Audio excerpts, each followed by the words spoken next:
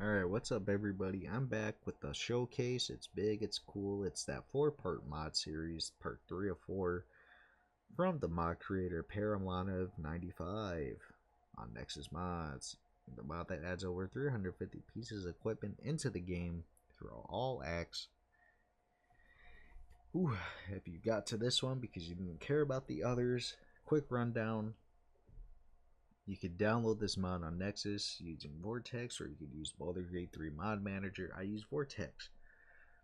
You can get one of two versions: the cheap version, which is the one in the tutorial chest, which I'm using now, or the roleplay is getting it as random drops throughout the game, but you will need to install his other mod. I just read that. Disclaimer. It just adds it randomly throughout the game. For my first one, it was ancient jewelry. For the second one, it was the cloaks. And today we are covering super cool, very okay weapons. We have 104 different weapons.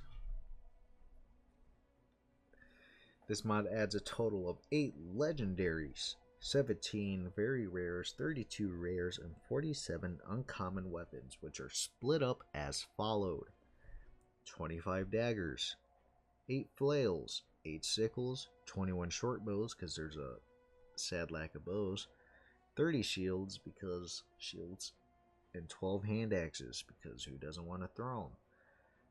For the daggers, there are 10 uncommon, 9 rares, 4 very rares, and 2 legendaries. 8 flails. Out of the 8, there are 2 of each rarity. For the sickles, there are 3 uncommon, 2 rare, 2 very rare, and 1 legendary. For the short bows, there is 11 uncommon, 6 rare, 3 very rare, and 1 legendary. For shields, there are 15 uncommon, 10 rare, 4 very rare, and 1 legendary. And for the hand axes, there's 6 uncommon, 3 rare, 2 very rare, and 1 legendary. And much like the others, I will be splitting them up. I'm going to do by the weapon categories.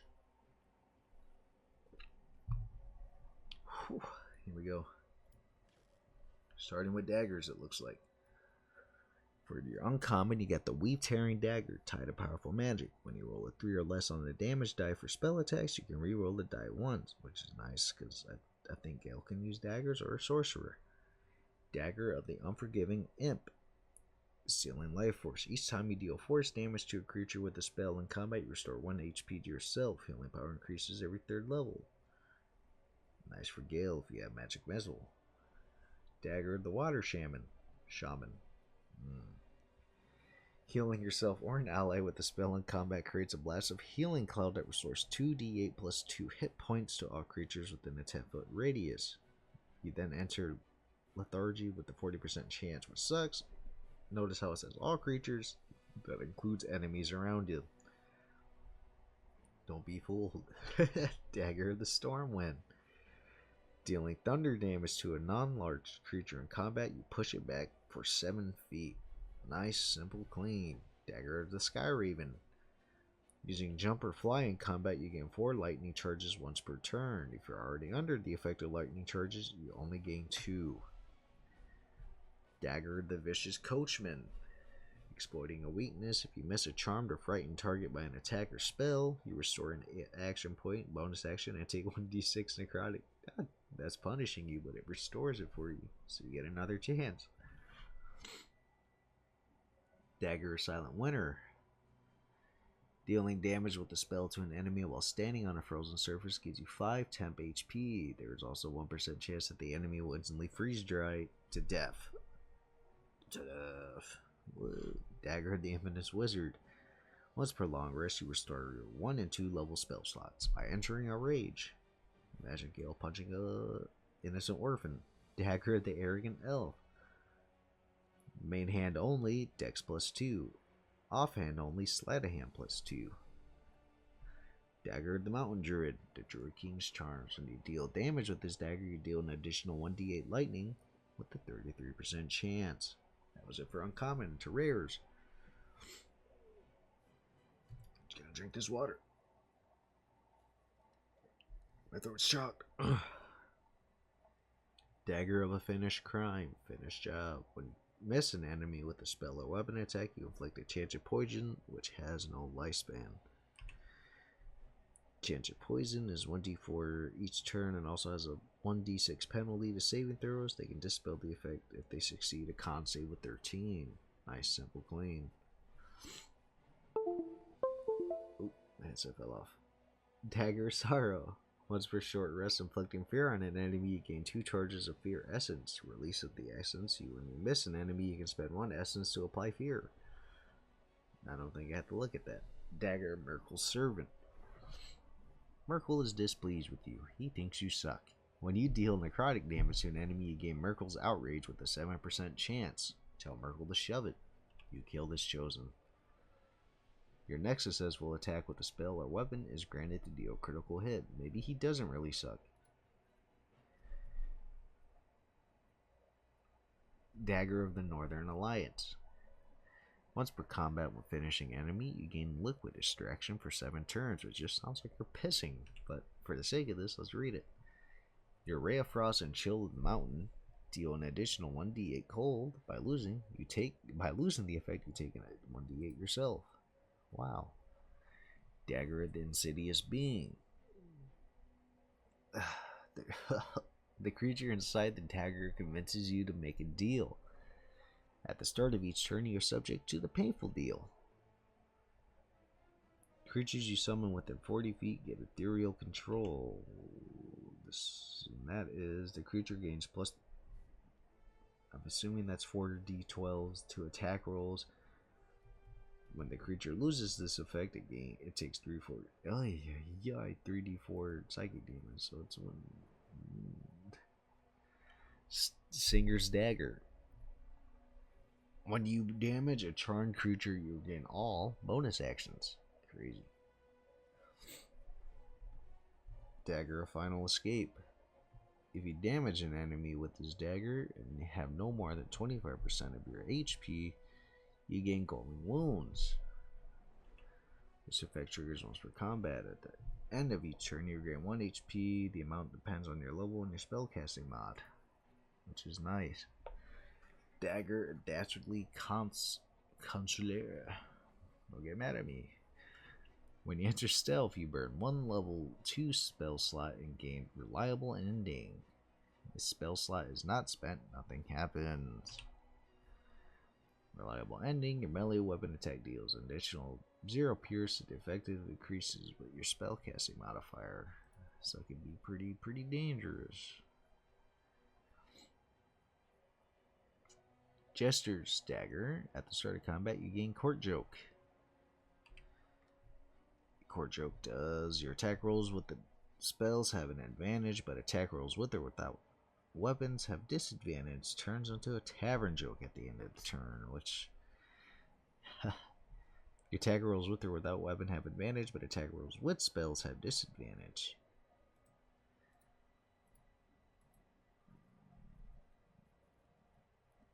Dagger of the Cave Slayer. Winter Violence. Dealing damage to an enemy with a spell gives you a 50% chance to deal an additional 2d8 cold or 2d8 lightning. Triggers once per turn. Dagger of the Taboo Temple. Vessel of 1,000 Souls.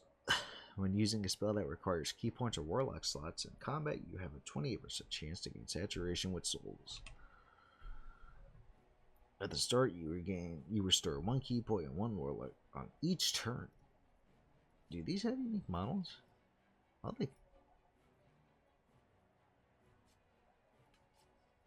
Oh, they kind of do.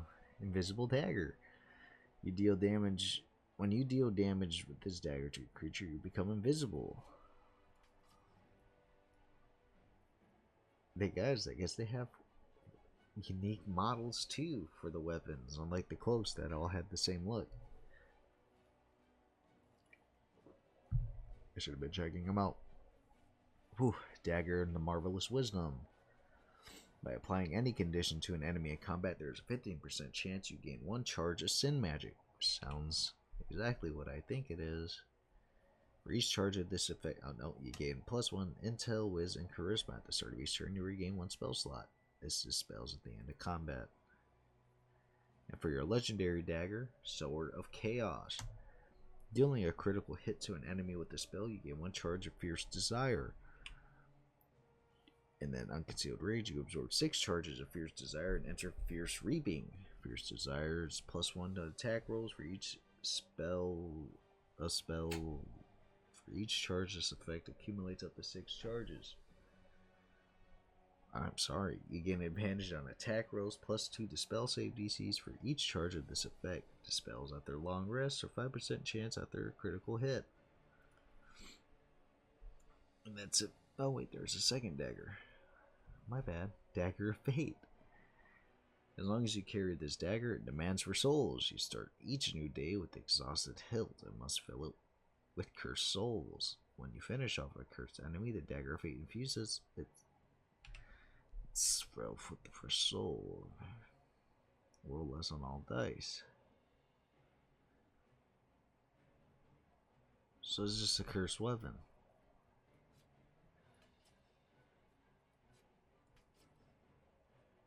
Oh, that looks nice. Alright, restarting my recording the next day. Picking off where I left off, the first uncommon flail, the Flail of Glory. You deal an extra -1 bludgeoning damage with your melee weapon. I don't know if it meant to say +1. The bonus depends on your charisma modifier. Tenacity, when you miss an attack, you deal 10 bludgeoning anyway. This on your main hand. Alright. Second flail, the Terrifying Flail. Fear's great. When dealing damage with this weapon, you have an 11% chance to put the target in fear for 2 turns. Can be equipped offhand. Main hand only. You also get the Tenacity one. The rare flail, Secret of the Temple. Using Channel Divinity or Channel Oath in combat, you gain the Blessing of the Tree for 2 turns. You also get Tenacity. Blessing of the Tree, you gain advantage on your attack rolls. Lucky Hunter's Flail. Attacking with this weapon will restore an action point with a 15% chance. Nice. Flail of Inspiration. By healing yourself or an ally with the spell, the target gains clarity of mind for the rest of combat.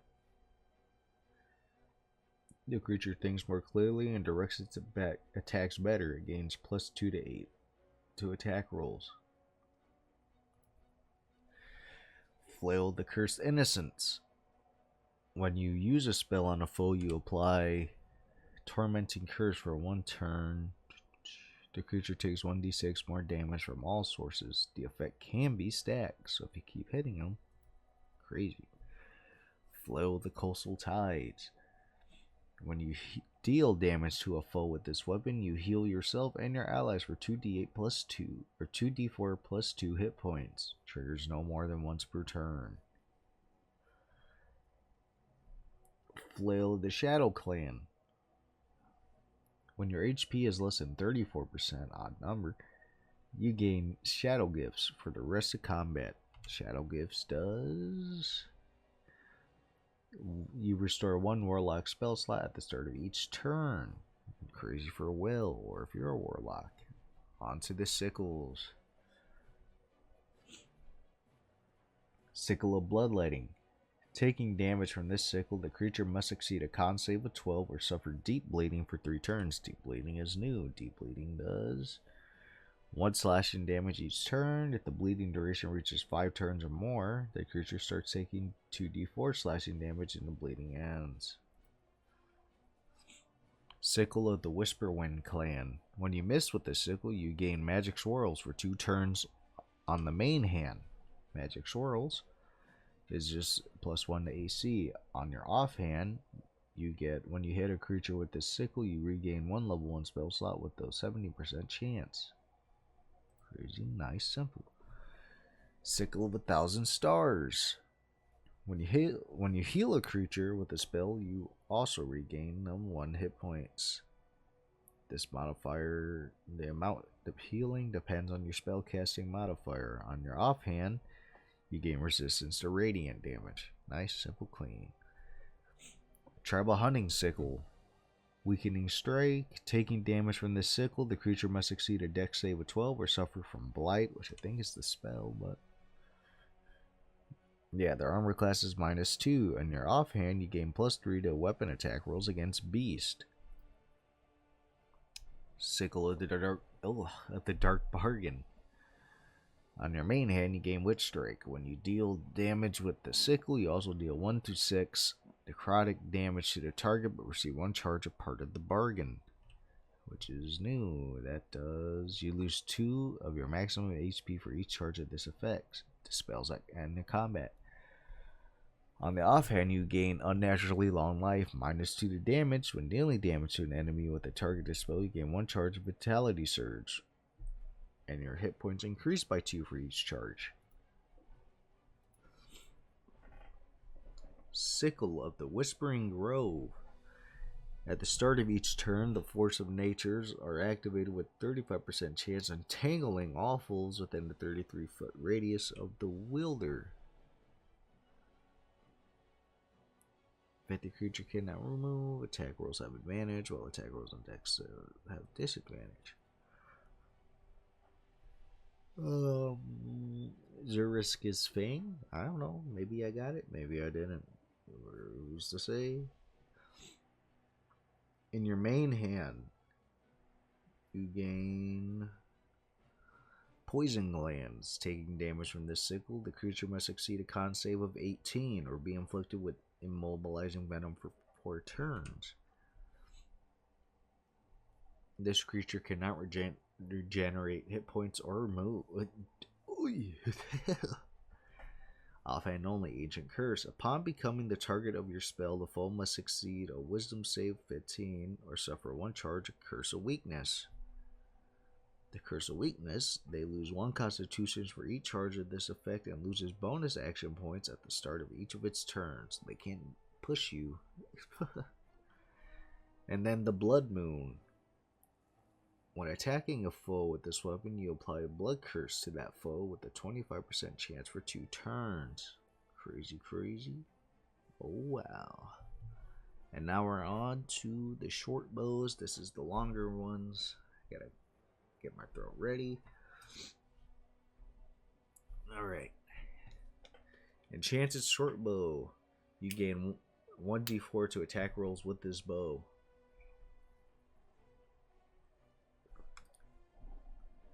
Short Bow of War.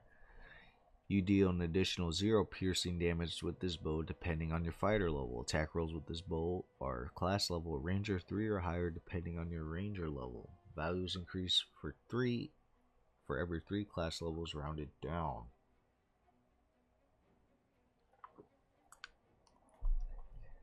That seems slightly confusing, but I'm not smart. Elven Short Bow.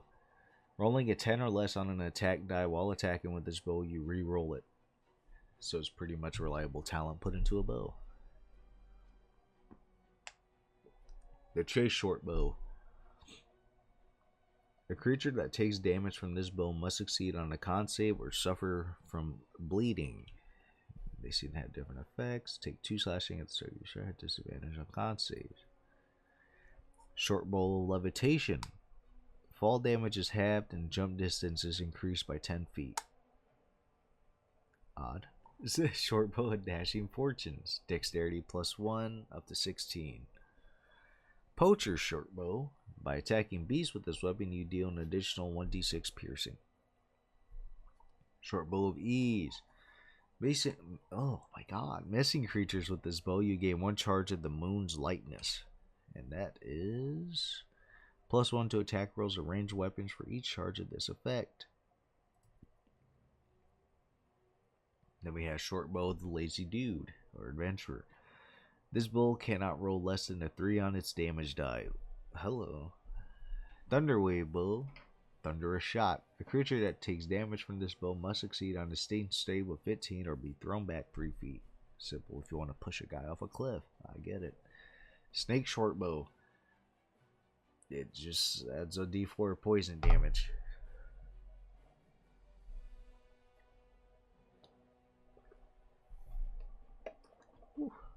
Short Bow of the Land Champion.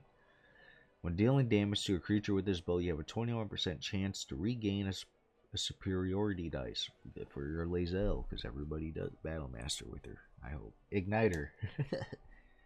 By attacking burning targets, you land a critical hit on them with a 21% chance, so your crit rolls increase.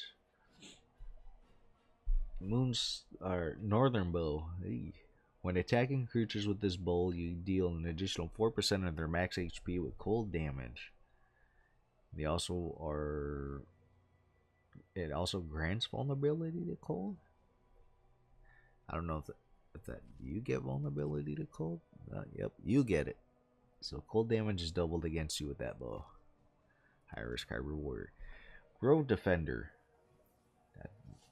A creature taking damage from this must succeed a dex save of 13 or be entangled. Jalmecaner. Don't come at me. When dealing damage to foes with this bow, you regain 10% of your max HP. Nice, simple, clean. Short bow of the Seasoned Ranger. Dex plus 2 up to 18. Nice, simple, clean. Now we're on to the last 4. Jesus Christ. Short bow of the Celestial Maiden. When dealing damage to a wet creature with this bow, you create a 13 feet electrified puddle beneath it for 2 turns. This guy, by the way, went crazy with his fucking weapon descriptions. Props to the mod creator. Short bow of the Dreaded Shot. When finishing foes with this bow, you gain 1 charge of Dreaded Shot. And landing a critical hit with the ranged weapon makes it 3 times more powerful than a normal one. Jesus Christ. When inflicting a critical hit with a ranged weapon, you lose 1 charge of Dreaded Shot. Okay. That bow's crazy. Great bow of Dexterity. Dex plus 2, it can boost you up to 21. I'm gonna call this one the Jiggy. When dealing damage to creatures with this bow, you have a 50% chance to inflict Shrinkage 1 on them for 3 turns. Repeated attacks inflict Shrinkage 2 for 2 turns and Shrinkage 3 for 1. Shrinkage 1 plus 2 to AC. This creature's weight and size are reduced by 1. Shrinkage 2 plus 3 to AC. This creature's weight and size are reduced by 2. Shrinkage 3, they're plus 4 to AC. The creature's weight and size are reduced by 3. So I'm assuming if you fight a dragon, it makes them small, but harder to hit. Now we're on to I think the last part of the mod is the shields. Oh, forgot the hand axes.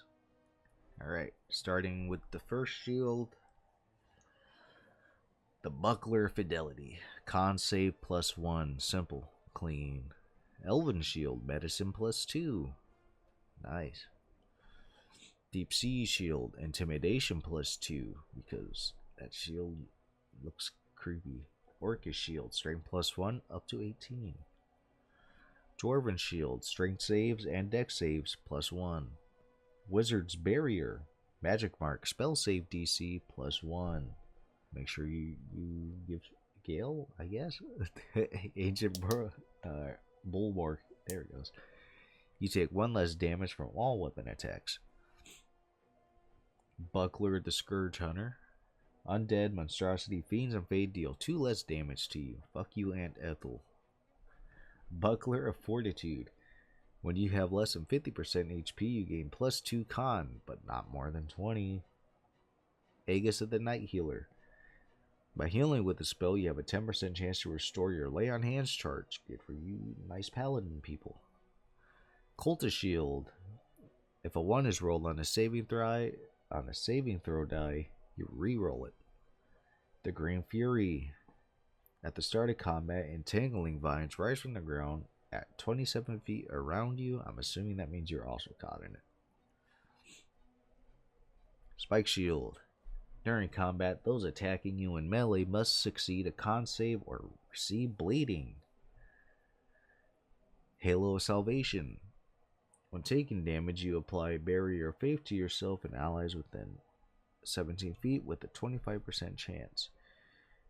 Barrier of Fate is a D4 save to all your saving throws. Well, onto your rares. Take a sip of water.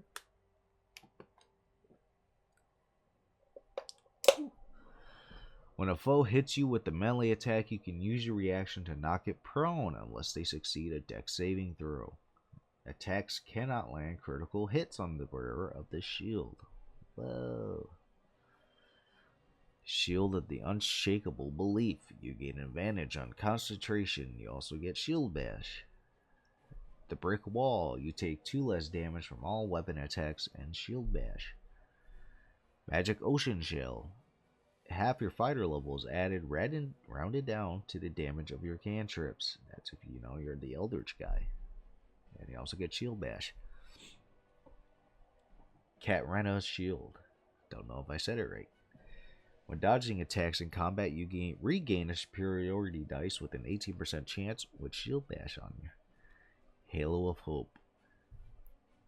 Undead attacking you with a 70% chance could take 1d4 radiant damage in return, also a Shield Bash.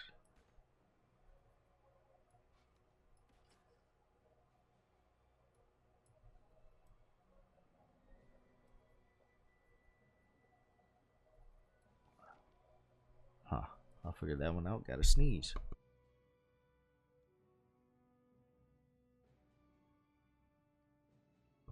Sneeze more than once, so I'm gonna cut to where I'm at now. Shield of Unwavering Courage. Dodging an attack in combat regains you 2 HP. Scales with your charisma, rounded down. And also Shield Bash. Colento Shield. Taking damage from a foe in combat, you gain Test of Fate with a 40% chance for 30 turns. With Shield Bash. Test of Fate, you regain 0 hit points at the end of your turn, but must succeed a Wisdom save of 10 or cast Sickness for 5 turns. Healing effect scales with spell casting. Second, your overpowering indescribable sickness, vulnerable to most types of damage. That's crazy. Sheila Shield. Yep. The one attacking you in combat must succeed a con saving throw or become silenced for 2 turns. Because we don't like those people who talk. Shield of the Dragon. Dragon's Fury. Taking melee damage during combat, you ignite them. You set them on fucking fire, I guess. Adamantium Bulwark. Con +1. Shield Bash. Shield of Celestial Justice. When undead, monstrosities, fiends, or fae attack you, fuck you, and Ethel, they must succeed a con saving throw of 13 or be stunned for 2 turns. Because when you stun Aunt Ethel, you get the wail on her. Shield of the Chosen. When taking damage from a foe in combat, you gain supreme absolute protection for 2 turns with a 20% chance. It is resistance to all damage because you are him. And I'll say Shield of the Vengeful Light. When taking damage from a foe in combat, you gain 1 charge of Vengeful Light. Vengeful Light. Vengeance is near, and the shield is increasingly infused with the fury of light. Blast of Light. After accumulating 3 charges of Vengeful Lights, you absorb them and unleash a blast. Deals 1d4 radiant to all creatures within 33 feet. Feel like that could be a bit stronger. The Night Shield. When taking damage from a foe in combat, you gain 1 charge of Dark Bond. Dark Bond. The Black Star takes its toll. Absorbing it after accumulating 5 charges of Dark Bond, you absorb them and gain gifted the Black Star. +4 to all abilities. Damage dealt to you is cancelled. No effects can be applied to you. You pretty much become God, but you are vulnerable to necrotic damage when you have this shield equipped. And for the life of me, I did not see the shield on my character. Who knows? We'll figure it out. Alright, gonna hit the last part of this mod. The hand axes. Woo. Chug down this water. Woo. Sorry if I'm sniffling. I'm so sick. Hand axe of the Sea Phantom. I thought it said sad breath. Dealing damage with this hand axe while standing on a water surface makes them wet, shivering. Absolutely wild. Hand axe of Gleam. Attacking illuminated enemies with this hand axe, you deal 1d4 damage to them, but also 1 to yourself. Triggers even on a miss because the axe hates you. Demon Cursed Hand Axe. Upon taking damage from this hand axe, the target must succeed on a con saving throw or receive 1 stack of prolonged wound. The creature loses 3 feet of movement speed and 1 to attack rolls for each stack. -1. I'm assuming that's going to be -1. By the way, these are all throwable, which is crazy for you Throwzerkers out there. Hand Axe of Eternal Frost. Upon taking damage from this hand axe, the target must succeed on a con saving throw or receive Ice Grip until the end of their next turn. Ice Grip. The creature cannot move and take bonus actions. Removed if they also start to burn. The Dawn Herald. +1 to initiative because early bird gets the wormy. Why did I say that? Hand Axe of Ancestral Light. You deal an additional 2 radiant with this hand axe against the undead. Because fuck zombies. Hand Axe of the Shadow Assassin. Attacking with this hand axe from stealth, you force the target to succeed a con saving throw or suffer from enhanced bleeding. Enhanced bleeding is exactly what it sounds like. You just bleed. Oh, we're in the rears. Hand Axe of the Mocking Song. Dealing damage with this hand axe, you have a 75% chance to apply the Mocker's Mark on the target until the end of the next turn. Attack rolls against this creature have advantage, so it's pretty much Guiding Light. Hand Axe of the Forest Elf. When attacking a creature standing in a wild vines with this hand axe, you apply entanglement to that target. Hand Axe of Witch Shadows. Dealing damage with this hand axe, you apply Shadow Vines on the target for 2 turns. Shadow Vines, I think the one Arabella has, right? No, saving throws -2. Melee spell attacks against this creature have advantage. For you paladins who want to smite. The Scorching Whirlwind. Weapon attachment +5, and you gain a move, Scorching Strike. I should have been checking that. I feel like a lot of them have it. Sorry if I didn't see it. You deal an additional 2d4 fire damage and ignite it on fire. Hand Axe of the Ageless Curse. Upon receiving any damage from you, the target must succeed a con saving throw or receive 1 stack of Curse of Aging. You have a 50% chance also to receive the stack. The Curse of Aging, -1 to armor class for each stack of this curse.